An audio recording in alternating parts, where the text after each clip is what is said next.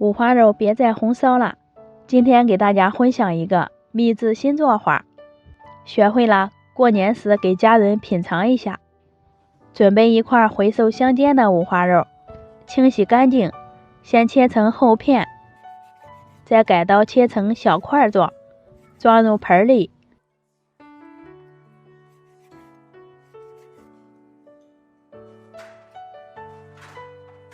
准备一个小碗，打入2颗鸡蛋，充分的将鸡蛋液搅散，直接倒在五花肉里，翻拌均匀，让每块五花肉都沾上一层蛋液。最后加入适量的玉米淀粉，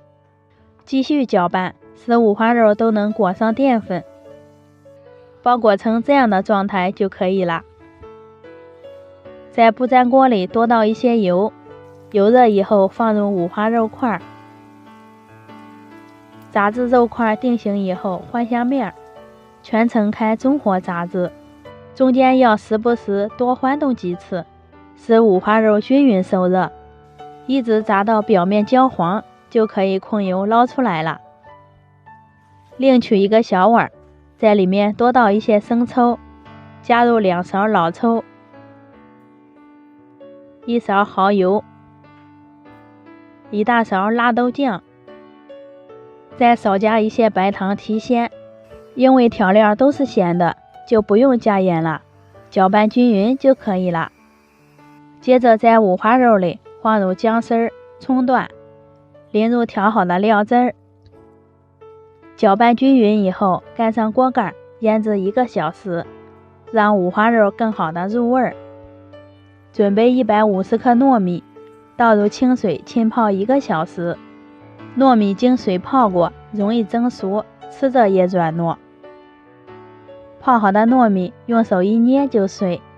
清水倒掉，把糯米铺平，在上面放上腌好的五花肉块，尽量按压的紧实一些。把腌五花肉的料汁也倒进去，放入锅中，水开以后计时，蒸上40至50分钟。关火以后焖上5分钟就可以打开锅盖了。哇，闻着好香啊！稍微放凉，盖上一个盘子，倒扣过来，轻轻的把碗拿掉，放上香菜点缀一下，一道好吃的糯米扣肉就做好了。